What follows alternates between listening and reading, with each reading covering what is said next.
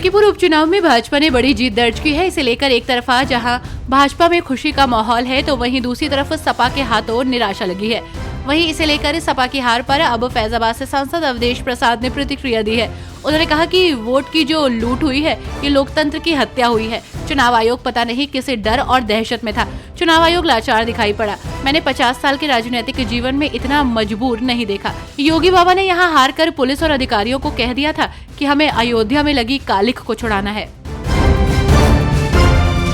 UP के प्रयागराज में महाकुंभ चल रहा है। त्रिवेणी में स्नान करने के लिए श्रद्धालुओं के जत्थे लगातार पहुंच रहे हैं। इसको लेकर रविवार को सपा मुखिया अखिलेश यादव ने सरकार से श्रद्धालुओं के वाहन टोल फ्री करने की मांग की है। उन्होंने कहा कि महाकुंभ के दौरान उत्तर प्रदेश में प्रवेश करने वाले वाहनों के लिए टोल शुल्क माफ किया जाना चाहिए ताकि यात्रा में बाधा और जाम की समस्या कम हो सके।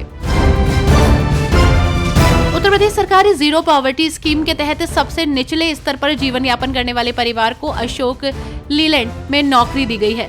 मुख्य सचिव मनोज कुमार सिंह ने अपने ऑफिस बुलाकर राम सागर को हिंदुजा ग्रुप की कंपनी अशोक लीलैंड में नौकरी का ऑफर लेटर दिया।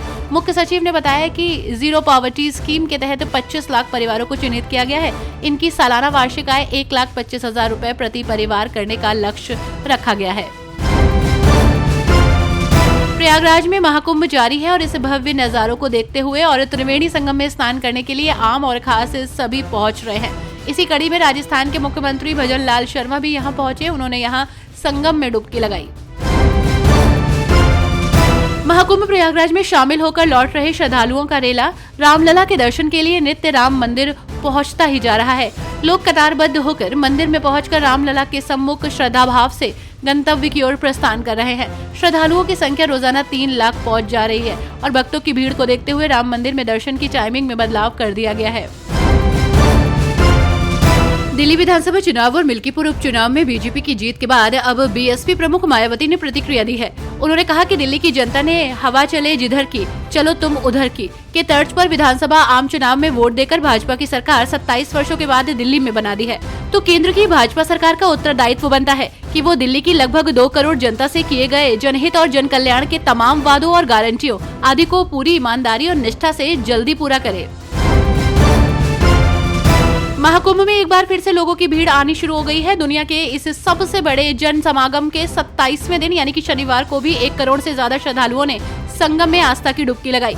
वहीं आज सुबह भी महाकुंभ का मेला क्षेत्र श्रद्धालुओं की भीड़ से खचाखच भरा नजर आया।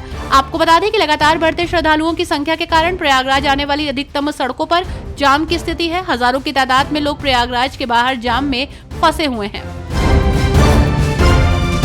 गोरखपुर के सिंघड़िया इलाके में विदेश भेजने के नाम पर ठगी करने वालों पर नकेल कसने के लिए पुलिस चौकी खोली जाएगी। बिना पंजीकरण के विदेश भेजने का कार्यालय या प्रशिक्षण केंद्र चलाने वालों पर मुकदमा दर्ज होगा। पुलिस गैंगस्टर की कार्रवाई भी करेगी। सिर्फ ठगी नहीं बल्कि बिना सत्यापन मकान देने वालों पर भी कानूनी कार्रवाई होगी। बलिया के बेरिया नगर पंचायत क्षेत्र में अब बिना पंजीकरण के ई रिक्शा नहीं चलेंगे। उप जिलाधिकारी सुनील कुमार की अध्यक्षता में हुई बैठक में ये निर्णय लिया गया है। बैठक में येलो जोन, ब्लू जोन और ग्रीन जोन बनाए गए हैं। ग्रीन जोन में सुरेमनपुर रेलवे स्टेशन से बेरिया तक, ब्लू जोन में बेरिया बस स्टैंड से चिरैया मोड़ धतूरी टोला तक ई रिक्शा चलेंगे। अभी तक 73 पास जारी किए गए हैं।